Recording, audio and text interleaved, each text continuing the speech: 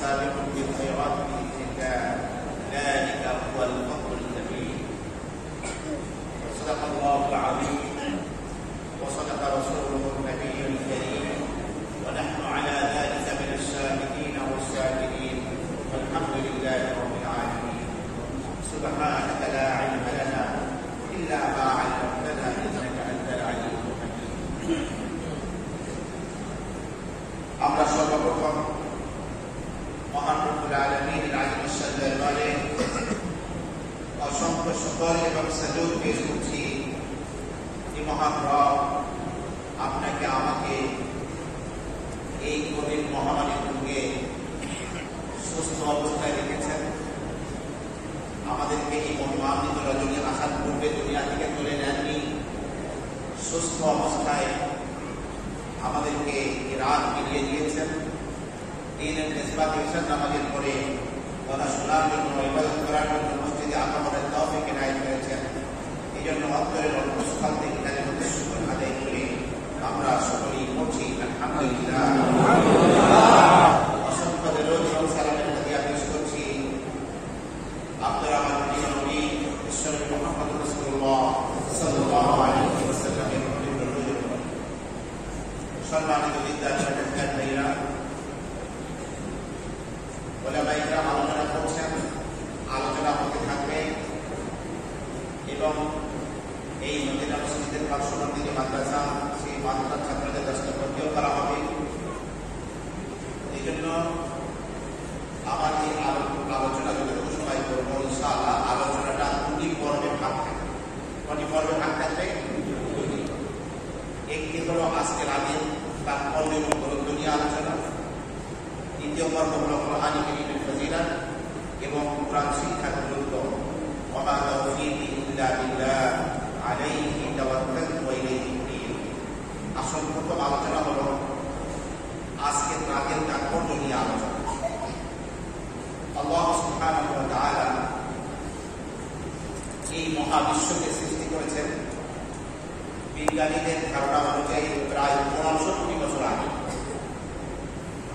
কিন্তু পৃথিবীতে মানুষের আগমন হযরত ইবনে আসাকিরের বর্ণনা অনুযায়ী 10,000 বছরের বেশি নয়। সেদিন মাত্র মানুষ পৃথিবীতে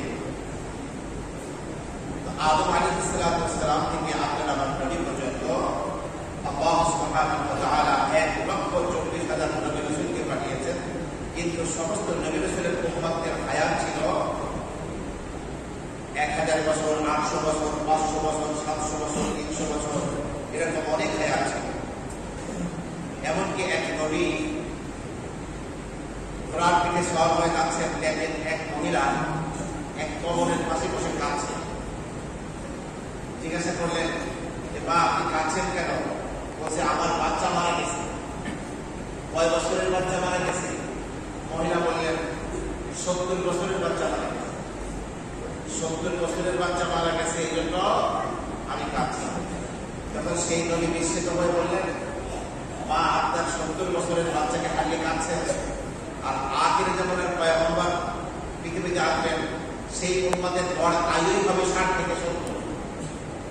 যখন সেই মহিলা বলল, হে আল্লাহর নবী, আপনাকে সাক্ষ্য রেখে ঘোষণা করছি, আল্লাহ সুবহানাহু ওয়া তাআলা যদি আমাকে সেই নবীর জামানা পর্যন্ত হায়াত দান করেন, আমি একটা সেজদার মধ্যে 70 বছর কাটিয়ে দিই।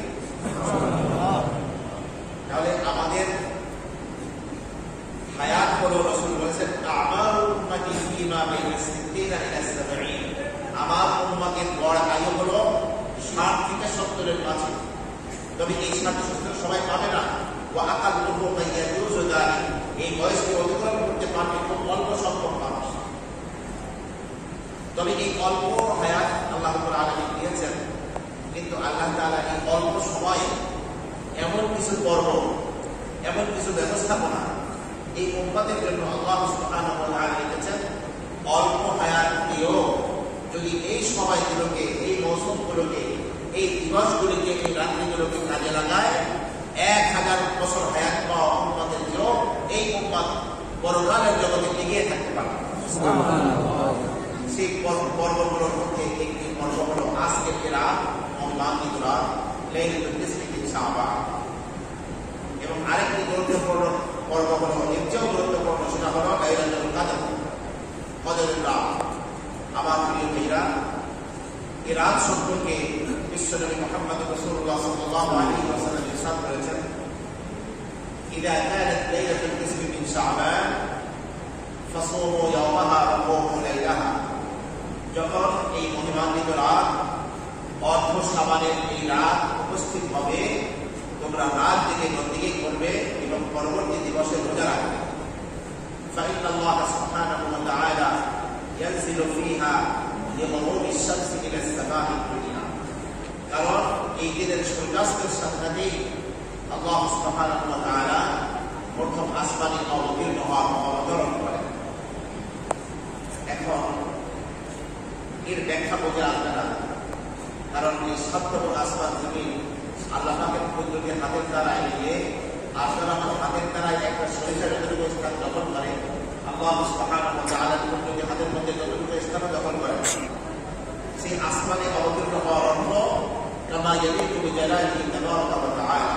আল্লাহ পাক যেমন তার শানে যেমন প্রযোজ্য, তার রাসূল আমাদেরকে বলেছেন, সেটাই আমরা আল ঈমানু বিহি ওয়াজিব, তার ঈমান আর অপরিহার্য, আমরা সেটাই বিশ্বাস করি। তো আল্লাহ তাআলা প্রথম আসমানে এসে কি বলতে থাকেন, আলা মিন মুস্তাগফিরিন ফাগফিরা। আছো কি কেউ পৃথিবীর আমার বান্দা-বান্দীরা, তোমরা জীবনে অনেক অপরাধ করেছ, আজকের ক্ষমার রাত, তোমরা আমার কাছে গোটা জীবনের অপরাধ থেকে 5 টাকা কামনা করে ক্ষমা প্রার্থনা করো, ফাগফিরা লাকুম, আমি তার গোটা জীবনের সকল গুনাহ মাফ করে দেব। যতগুলো ইবাদত বন্দেগী আছে তার মধ্যে ইস্তিগফার হলো এমন ইবাদত, আল্লাহর কাছে ক্ষমা চাওয়া হলো এমন ইবাদত যে আপনার আমার নবী যার কোনো গুনাহ নেই। সাহাবায়ে কেরাম বলেন, আমরা এক একটা মজলিসে করতাম, নবী সাল্লাল্লাহু আলাইহি ওয়াসাল্লাম এক এক মজলিসে কমসে কম 100 বার ইস্তিগফার করতেন, রব্বি ইগফির ওয়া তুব আলাইয়া ইন্নাকা আনতাত তাওয়াবুর রহিম। বিভিন্ন শব্দে আল্লাহর নবী আল্লাহর কাছে ক্ষমা চাইতেন। তো যা গুনাহ নেই সেই নবীর যদি ইস্তিগফার এত বেশি করে থাকেন, আপনার আমার জন্য ইস্তিগফার করার জন্য কি পরিমাণ হওয়া উচিত। আমার প্রিয় ভাইরা, আল্লাহ সুবহানাহু ওয়া তাআলা ইস্তিগফারের মধ্যে কেমন বড় নিয়ামত রেখেছেন। হযরতে হাসান বসরি, সবাই নাম শুনেছেন হাসান বসরি, বসরা ইরাকের শহর, প্রখ্যাত শহর বসরা, সেখানে বাড়ি ছিল। তিনি হযরতে উম্মে সালমা রাদিয়াল্লাহু আনহা খাদেমা ছিলেন। ছোটবেলায় উম্মে সালমা রাদিয়াল্লাহু আনহা আমাদের আম্মা জান রাসূলের স্ত্রী সহধর্মিণী, তার কাছে ছোট বাচ্চাকে নিয়ে আসলে তিনি আদর করে বাচ্চাকে নিজের স্তন থেকে পান করার সুযোগ দিয়েছিলেন।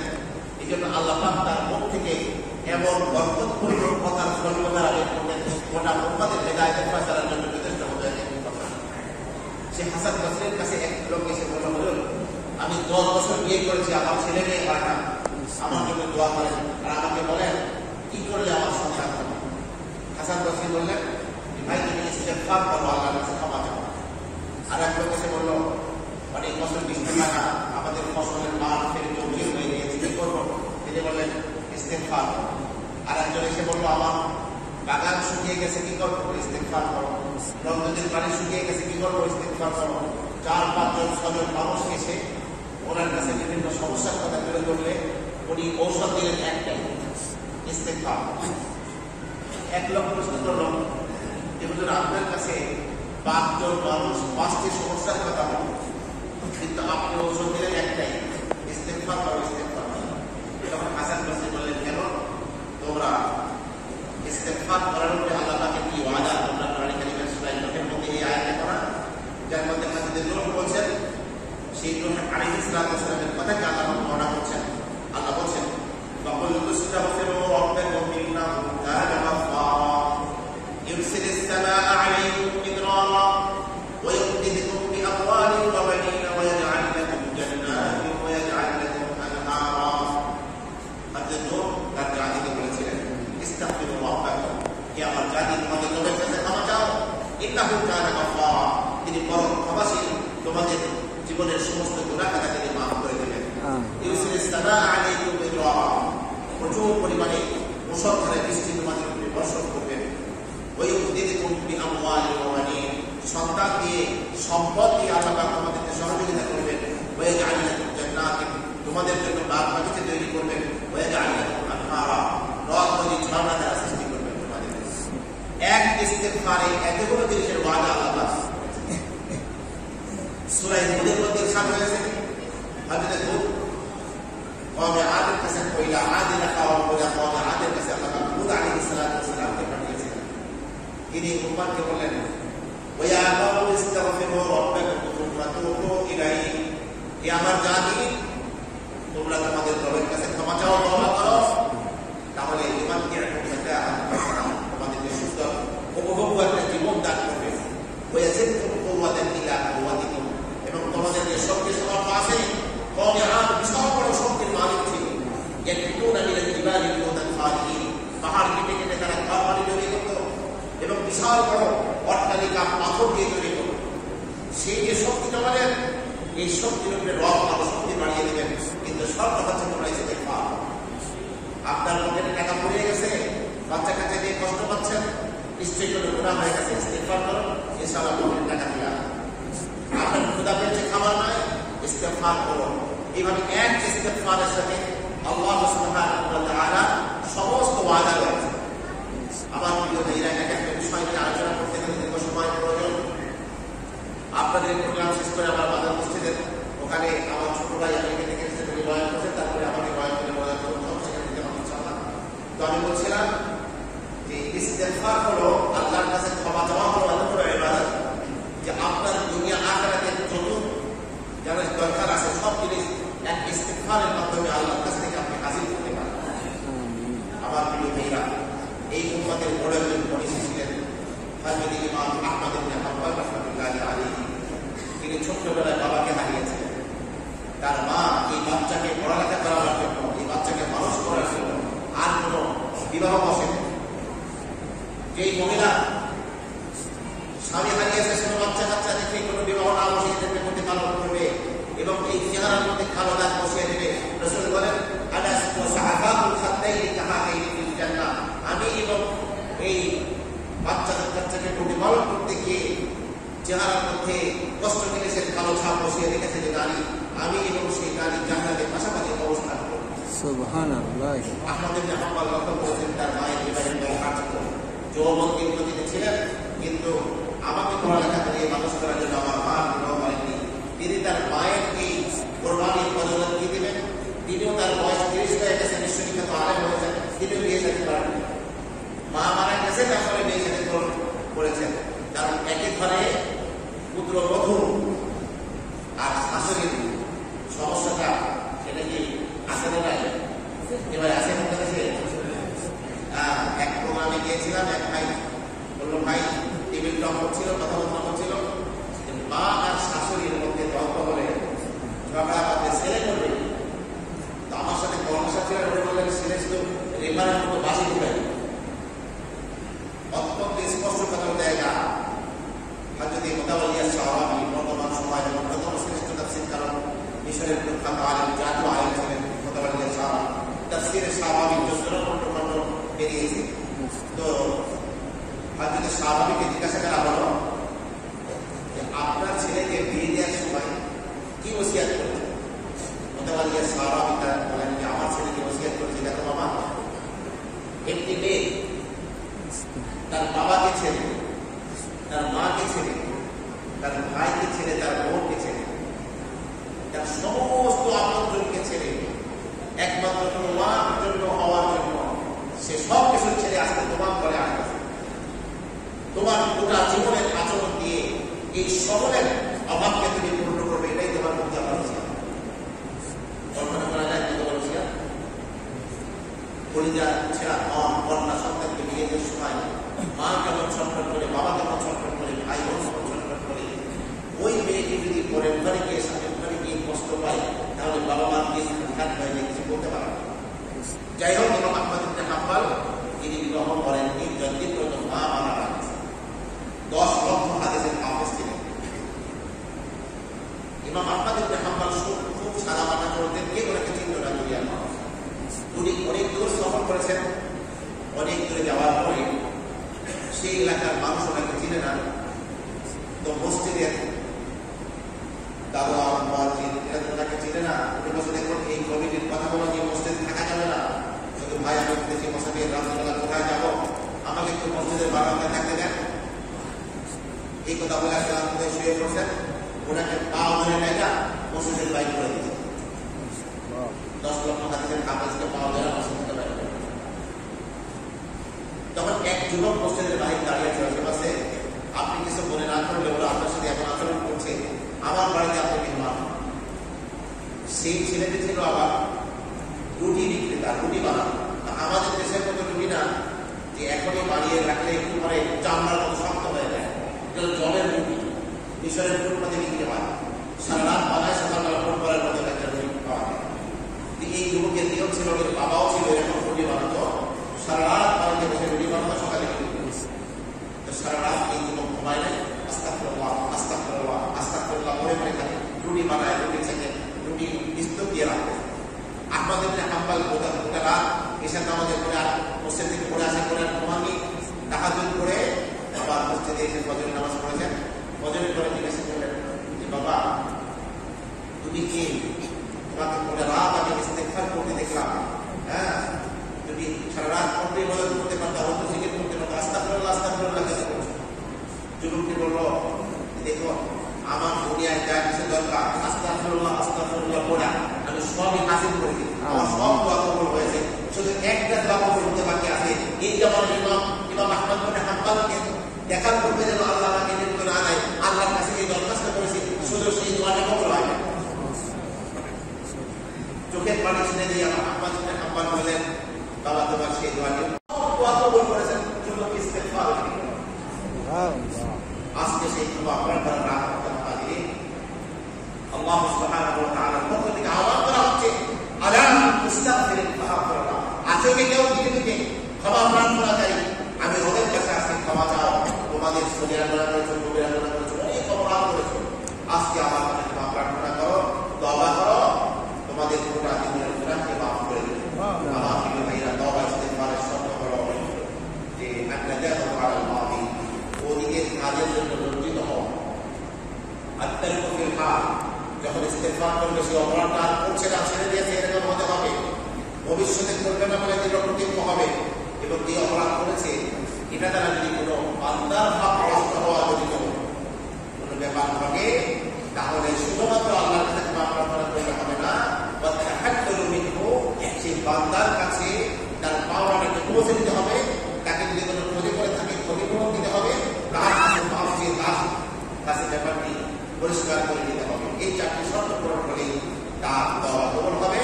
এবং সেটা আরো কিছু শর্ত আছে, একটা হলো মৃত্যুর গড়বাড়া, বড়কালের জগৎ দেখা যাচ্ছে না, এই সময় তওবা হতে হবে। বড়কাল দেখার পরে তো ফেরাউন তওবা করেছিল।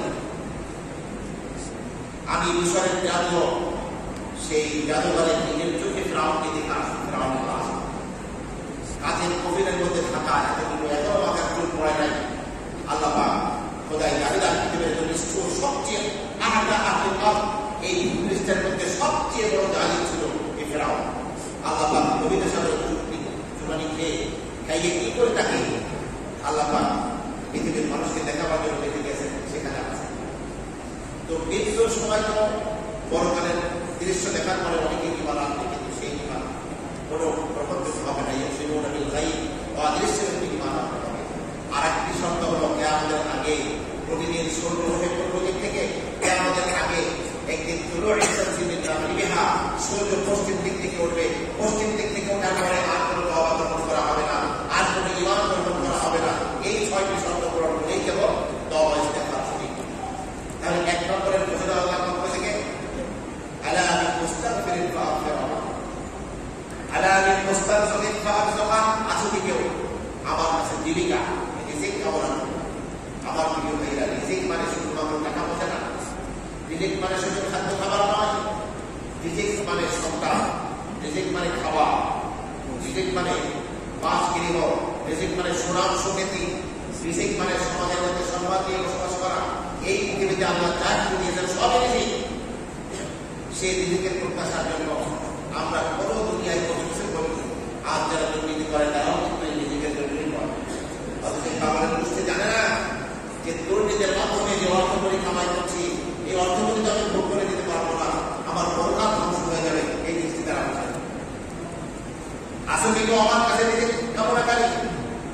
আজকে আমার কাছে জীবিকা চাও, আমি রব তোমাদের পুরো জীবনের করার জীবিকা ফয়সালা করে দেব। আলা কুল্লাকা ওয়া আফিয়া। আসলে কেউ অসুস্থ ব্যক্তি বিভিন্ন রোগে আক্রান্ত, অনেকের এমন গোপন রোগ থাকে, সেই রোগের কথা ডাক্তারকে বলতে লজ্জা বোধ করে। এই রোগ একমাত্র সারতে পারেন কোন সত্তা? আল্লাহ। সে আল্লাহর কাছে রোগ মুক্তি কামনা করার রাত হলো আজকে রাত। আলা কাদা হাত্তা ইয়াকু আল ফাজর। রাসূলুল্লাহ সাল্লাল্লাহু আলাইহি ওয়াসাল্লাম ইরশাদ করেছেন, কিভাবে মানব জীবনের এক একটি সমস্যার কথা বলে আল্লাহ তাআলা ফজর পর্যন্ত বান্দাবান্দিকে ডাকতে থাকে। সেই মহিমান্বিত রাত আজকের রাতে আমরা নিয়াত করে নেই, কেউ ঘুমাবো না, সবাই রাতে আসি ইনশাআল্লাহ। রাত ডাকতে কারা কারা রাতে আসেন? ইনশাআল্লাহ। আল্লাহ এই রাত থেকে গোটা রাত তোমাকে ডাকতে পারি, তোমার কাছে ক্ষমা চাইতে পারি, আজকের রাতের ফজর বরকতগুলো হাসিল করতে পারি। আমাদের দুহাত করে সমস্ত নিয়ামত দাও, চিৎকার করে বলেন আমিন। আরেকটি হাদিস বলে আমি আমার আলোচনা দিতে হবে। যাও রাসূলুল্লাহ সাল্লাল্লাহু আলাইহি ওয়াসাল্লাম ইরশাদ করেছেন, আল্লাহ সুবহানাহু ওয়া তাআলা এই মহিমান্বিত রাত যখন উপস্থিত হয়, ফায়াগফিরু লিজামিই খালকিহি, তার সমস্ত সৃষ্টিকে আল্লাহ মাফ করে দেন। কিন্তু আল্লাহ পাকের নবী বলেন, ওয়ায়াকসিবিল মানুষকে এই রাত আসা সত্ত্বেও ক্ষমা করা হয় ইল্লা লিমুশরিকিন। সবচেয়ে বড় অপরাধ হলো আল্লাহর সাথে শিরক করা। আল্লাহর জাতে, আল্লাহর ব্যক্তি সত্তায়, আল্লাহর কোন সিফাতে আল্লাহর মতো করে এই কাজটি করতে পারে, এই চিন্তাধারা রাখার নাম হলো শিরক।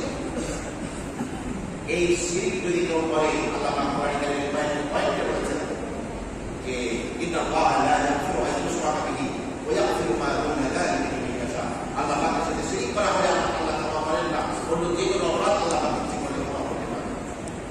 আর আল্লাহ পাকের নবীকে বলেছেন, লাইন আশরাকতা লা ইয়াহবাতান্না আমালুক। হে নবী, আপনি যদি শিরক করেন আপনার সমস্ত আমল বরবাদ হবে, চক্রবৃদ্ধ আল্লাহ পাক। আওলি মুসাহিদিন, দ্বিতীয় যাদেরকে ক্ষমা করা হয় না, পরস্পর হিংসা বিদ্বেষ লালন করে। হিংসা হচ্ছে এমন অপরাধ, আসমানে যে অপরাধ হয়েছিল, যে অপরাধ ইবলিস করেছিল, কার সাথে? আদম আলাইহিস সালাম। হিংসা হলো সেই অপরাধ, জমিনের সর্বপ্রথম এই অপরাধ হয়েছিল কাবিল হাবিলের সাথে হিংসা করেছে। জান্নাতের মধ্যে কোনো হিংসা থাকবে না। এই জন্য জান্নাতে যদি আমরা যেতে চাই, জান্নাতের ফিটনেস দুনিয়ায় তৈরি করতে হবে, দিনের মধ্যে কারোর ভিতরে হিংসা বিদ্বেষ পালন করা যাবে না। কারণ হিংসা থাকলে কোনো নিয়ামত খেয়ে কোনো নিয়ামত কিনে মজা পাওয়া যায় না। সে নিজে ভালো কিছু খায়, কিন্তু তার নিজের যে সে খায় সে লাগায় মরে যাচ্ছে না, এরকম দিনের মধ্যে কামনা তৈরি হবে। এই জন্য বেহেশতে যাওয়ার সময় বেহেশতের গেটের কাছে দুটি ঝর্ণা থাকবে। একটা ঝর্ণার পানিতে ডুব দিয়ে আল্লাহ গোসল করতে বলবেন, মাথা ডুব দিয়ে গোসল করে ওঠার পরে তার চেহারা জান্নাতি চেহারা হয়ে যাবে।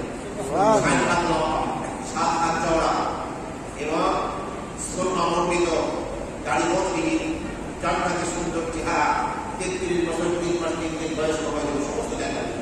সুবহানাল্লাহ। পাশের ঝর্ণা থেকে আল্লাহ পানি পান করতে বলবেন, বাচ্চা সেই পানি থেকে পান করার সাথে সাথে তীরের মধ্যে যত রোগ বেরিয়ে আসে, হিংসা বিদ্বেষ বিনাবোধ, এগুলো সব মানে সাহায্য মাফি সুদূরিহীন বেরিয়ে আল্লাহ সুবহানাহু ওয়া তাআলা বলেন, মানব হৃদয়ের মধ্যে যতগুলো মানবীয় রোগ আছে সব আমি কেটে দিতে পারি।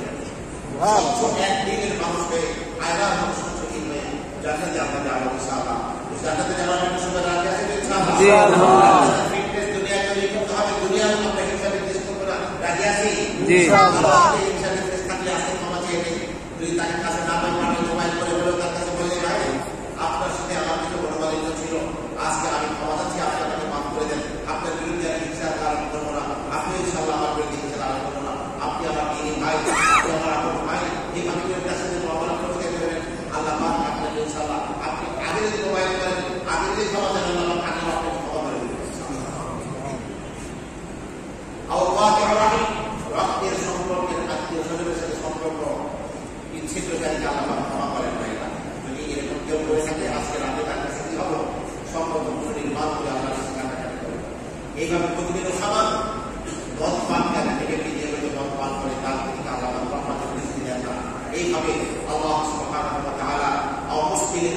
ইরান নিচে যারা কাপড় নিচে পায়জামা প্যান্ট পরে লুঙ্গি পরে এদের দিকে আল্লাহ আমাদের দিতে দেন না। এইভাবে বলা আর তিনি মাতা পিতাকে কষ্ট দেয়, আল্লাহ তাদের আমাদের দিতে দেন। এই জন্য আমার কাছে সারা দেশ থেকে দোয়ার জন্য যে মানুষ আসে, আমি প্রথমেই জিজ্ঞাসা করি আমার কাছে দোয়া করছ, তোমার মাতা পিতা বেঁচে আছে? বেঁচে থাকার পর যদি কষ্ট থাকে তারা কি সন্তুষ্ট আছে? কেন জিজ্ঞাসা করি?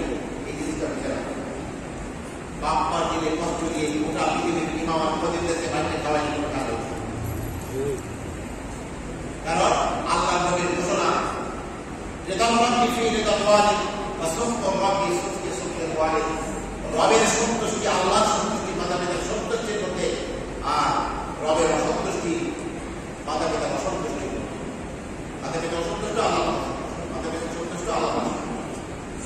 আমার প্রিয় ভাইয়েরা, একজন বড় আলেম, তিনি হাদিসের দর্শে একটু দেরি করে আসেন। কালকে আমার অনেক আপনার জন্য অপেক্ষিত। তখন মহাদিস সাহেব বললেন যে আমি মেহেদিদের বাগানের মধ্যে গড়াগড়ি খাচ্ছি। ছাত্র জিজ্ঞাসা করল, হাজর আপনি দুনিয়ার মেহেদিদের বাগান কোথায় ছিলেন? তখন তিনি বললেন, আমার মেহেদিকা মা খাটের মধ্যে শুয়ে আছেন, আমি আমার মায়ের পায়ের কাছে গিয়ে জড়সড় হয়ে শুয়েছিলাম। আমার কাছে মনে হচ্ছিল আমি জান্নাতের বাগানের মধ্যে শুয়ে আছি। আমার নবী ঘোষণা করেছেন যে